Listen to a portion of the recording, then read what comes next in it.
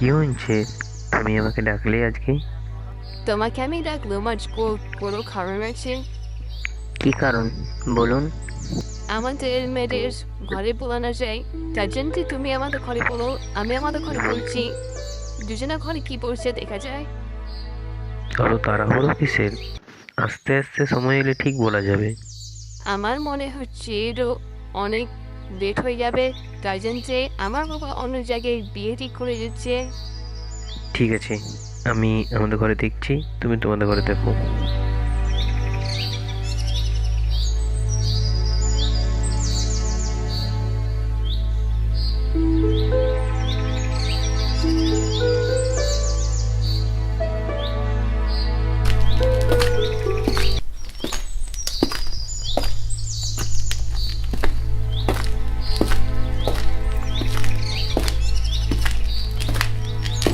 ও মা, ও মা, শোনো, তোমার সাথে আমার দরকারি কথা আছে।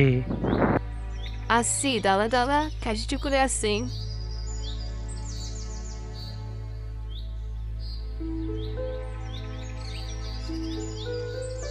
বল এবারে কি বলছিলিস? মা, একটি কথা বলবো। পূজা বলে একটি মেয়েকে ভালোবাসি, তাকে আমি বিয়ে করতে চাই। ধ্রুব, তাই? খুশি খবর তো, নিয়ে আসছে তো মনে কর। সত্যি মা? আমি ভাবতেও পারিনি তুমি মেনে নেবে। ঠিক আছে, যা নিয়ে আয়, ওকে? বাবা, আমি আকাশ বলে একটি ছেলেকে ভালোবাসি, তাকে আমি বিয়ে করতে চাই, তার সাথে তুমি বিয়ের আয়োজন তাকে করতে চাই না। কি বলছিস? লোকজনের কাছে আমার নাক নেক কেটে যাবে।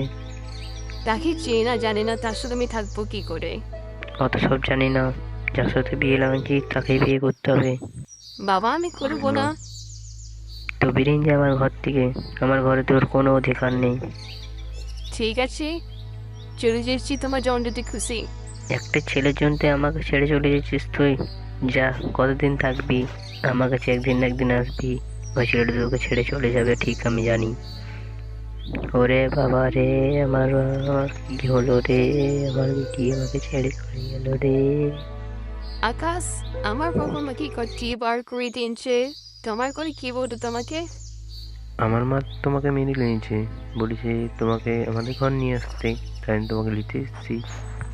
চলো, তুমি ছাড়া আর কেউ নেই আমার এই দুনিয়াতে।